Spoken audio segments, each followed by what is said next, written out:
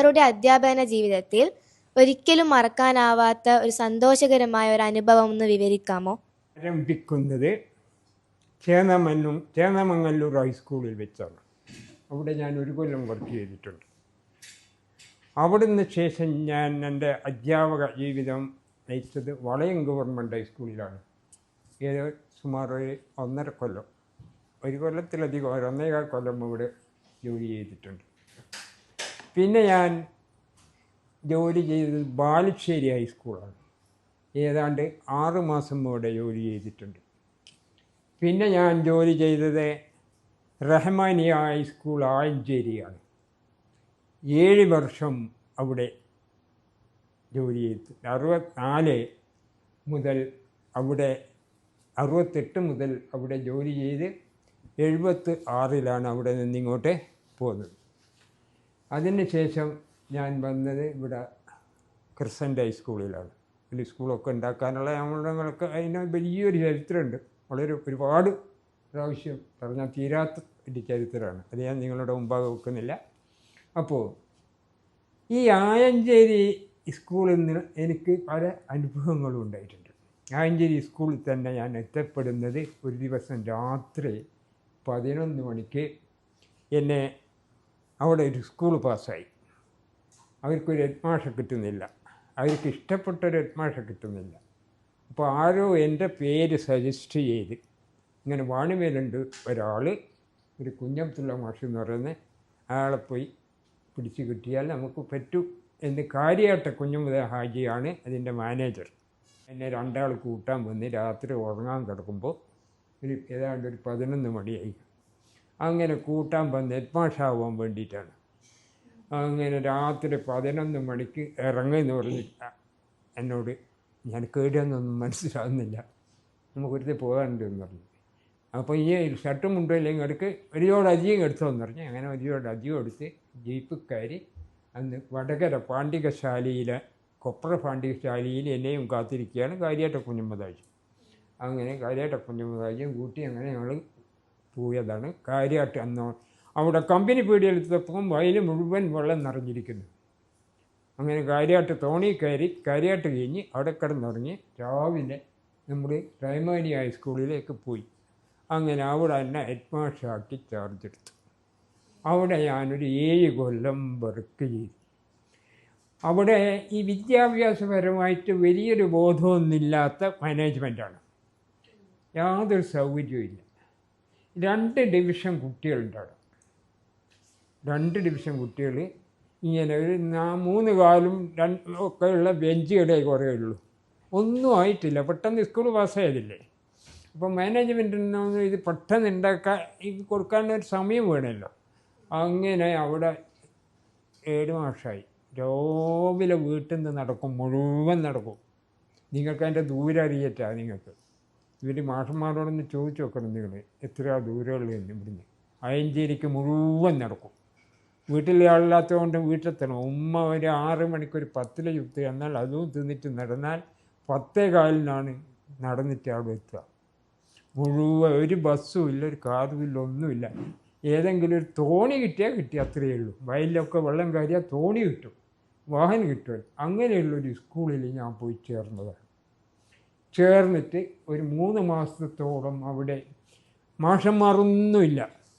ഒരു class 2 class division കിട്ടേണ്ടിയിട്ട് പലയിടത്തുനിന്നും ആൾക്കാരെ പിടിച്ച് കൂട്ടി കൊണ്ടുപോന്നിട്ട് 68 കുട്ടികളുണ്ട്. 68 കുട്ടികളെ ഒരു ക്ലാസ്സിൽ ഇരുത്തിയിട്ട് എല്ലാം ഞാൻ തന്നെ എടുക്കണം. മാഷാരും അപ്പോയിൻ്റ് ചെയ്തിട്ടില്ല. ഇംഗ്ലീഷിൻ്റെ പീരീഡ് വരുമ്പോൾ അതും ഞാൻ തന്നെ, സയൻസിൻ്റെ പീരീഡ് വരുമ്പോൾ അതും ഞാൻ തന്നെ, കണക്കിൻ്റെ പീരീഡ് വരുമ്പോൾ അതും ഞാൻ തന്നെ. ഇങ്ങനെ എടുത്ത് ഒരു 2-2.5 മാസം കഴിഞ്ഞ് എനിക്ക് ആകെപ്പാട് ക്ഷീണം തോന്നിയിട്ട് ഞാൻ ഇത് ഒഴിവായാലോളൂ എന്ന് വിചാരിച്ചു. എനിക്ക് ഹെഡ്മാഷും വേണ്ട, ഒന്നും വേണ്ട.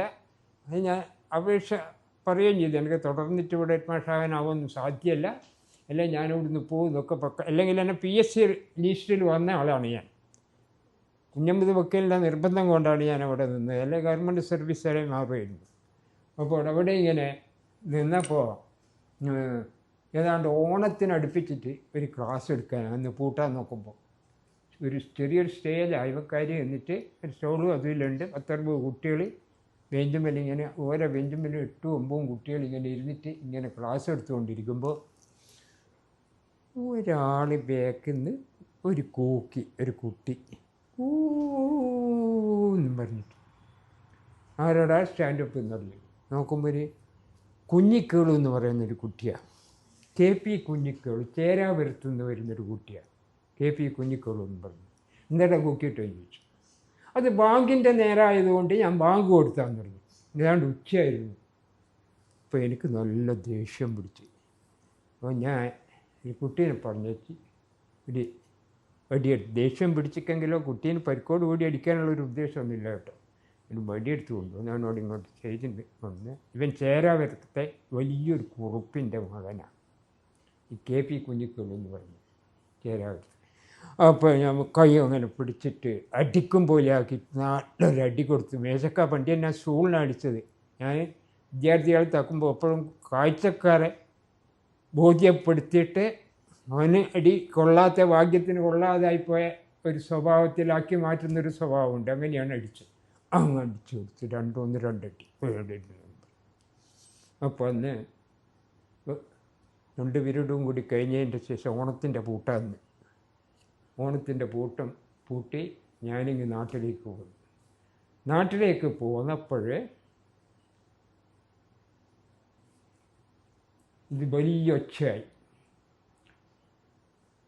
പല വർഗീയ പ്രവണതകളും അതിൽ നിന്ന് ആൾക്കാർ മുതലെടുക്കാൻ തുടങ്ങി. എന്നെ ആൾക്കാരെ തച്ച് കളഞ്ഞ്, അങ്ങനെ ആയിക്കളഞ്ഞ്, ഇഞ്ഞ് എന്നൊക്കെ പറഞ്ഞിട്ട്.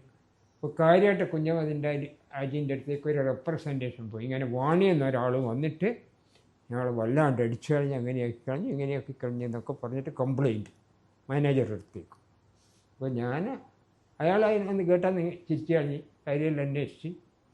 പിന്നെ ഒന്നുമില്ല. പിന്നെ കുറേ കഴിഞ്ഞേരം പിന്നെ അതെല്ലാം അടങ്ങിപ്പോയി. യാതൊന്നുമില്ല. പിന്നെ ഈ കുട്ടി സ്കൂളിൽ വന്ന് യാതൊന്നുമില്ല, ഒരു പ്രയാസമില്ല. ആ ക്ലാസ്സെല്ലാം ശാന്തമായി അങ്ങനെയായി. അങ്ങനെ അവിടെ പിന്നെയും അവൻ പഠിച്ച്. അവൻ പറഞ്ഞാൽ അവിടെ പലയിടത്തുനിന്നും തോറ്റിട്ട് കൂട്ടിക്കൊണ്ടുവന്ന ഡിവിഷൻ ഉണ്ടാക്കാൻ വേണ്ടിയിട്ട് 2 കൊല്ലം BM ഹൈസ്കൂൾ പഠിച്ചിരിക്കുന്ന, 1 കൊല്ലം പയ്യോളി സ്കൂൾ പഠിച്ചിരിക്കുന്നത്, അങ്ങനെ 3 കൊല്ലം 4 കൊല്ലം 8ാം തരത്തിൽ തോറ്റിട്ട് ഡിവിഷൻ കൂട്ടാൻ വേണ്ടിയിട്ട് കുഞ്ഞമ്മദാജ് കൂട്ടിക്കൊണ്ടുവന്ന ഒരു കുട്ടിയാണിത്.